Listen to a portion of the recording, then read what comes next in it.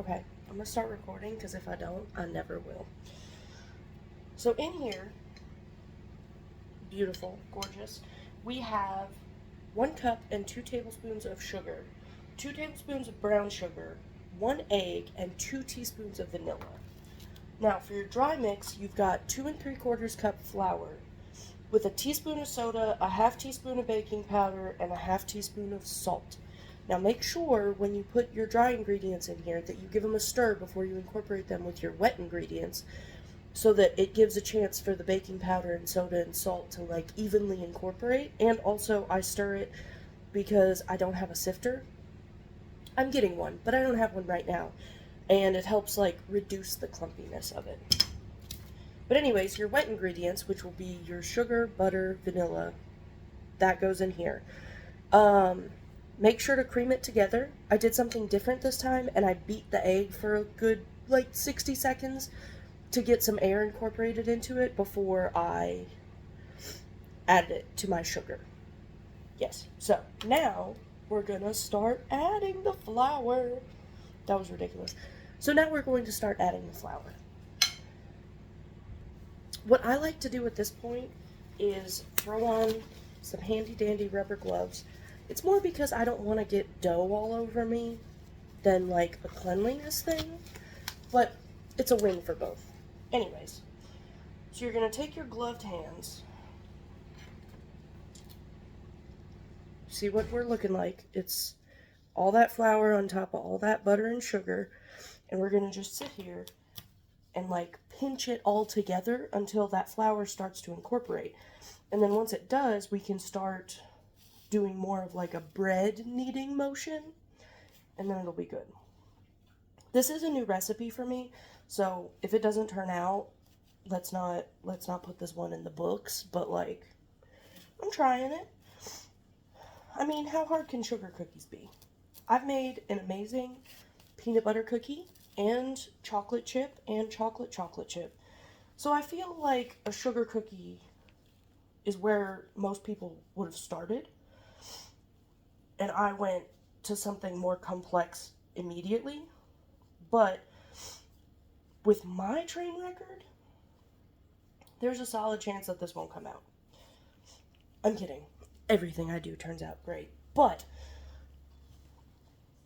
just because of how little research I did into this, that's why I worry that it won't be right. But I mean, I was raised as a baker. I know what my dough is supposed to look like and feel like. Your dough will start to get shaggy and you will think that you have too much flour.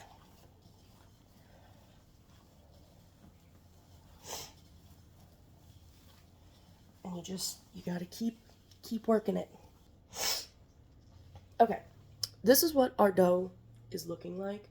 I'm going to pop it in a gallon baggie and then put it in my freezer for like 30 minutes to try and speed up the chilling process. Instead of putting it in like your fridge for the night, I do it in the freezer until it starts to like thicken up and become more of like a dough. And I give it a chance to let the flour proteins absorb all of that egg and butter fat in order to like thicken it and just giving it those proteins a chance to like expand. Okay, I've got it in my gallon baggie. I will push it out no thicker than an inch. I mean, if you fill up your whole baggie and it's still thicker than that, then that's the amount of dough that you have. But if I can, I try and keep it like right at the inch mark so that it freezes really quickly. Well, chills quickly in the freezer so that I can use it more readily than waiting overnight in the fridge. Okay, so now we're going to take our chilled, it's really stiff now, so our fully chilled dough, we're going to break off a little piece. Just wait. Oh, I forgot my sugar. Hang on.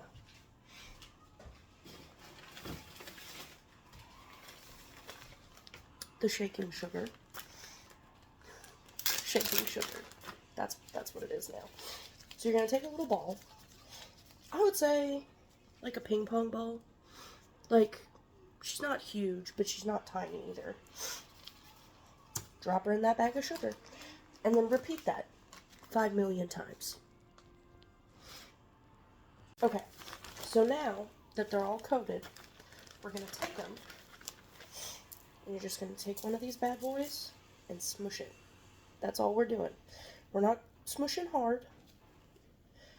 We're making little guys like that. Like mochi. Mochi? Is that what that is? I don't know. One of those. Yeah. See? Little guys. I'll come back when I've got them all done, because this is going to take a minute. Okay, so this is what we're looking like. While I was doing this, I was preheating the oven to a little over 350, probably between like 360, 365, maybe. And then I'm going to put them in until they're done. I don't know how long that's going to be, but I'll time it just for you. Okay, so it's been 11 minutes, and I normally wait until my cookies get a lightly brown edge and start to crack on top. And that's where we're at. So I'm going to pull these out. Yeah, pull those out. And then I'm going to put these in.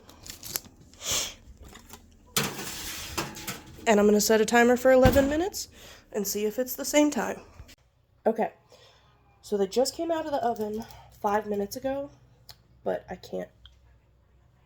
Ah, look at that. Look at that. Gorgeous. Okay, are we ready?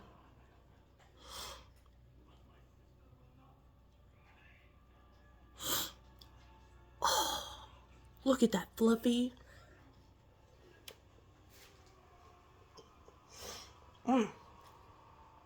That's a good cookie. Better than store-bought. Every time.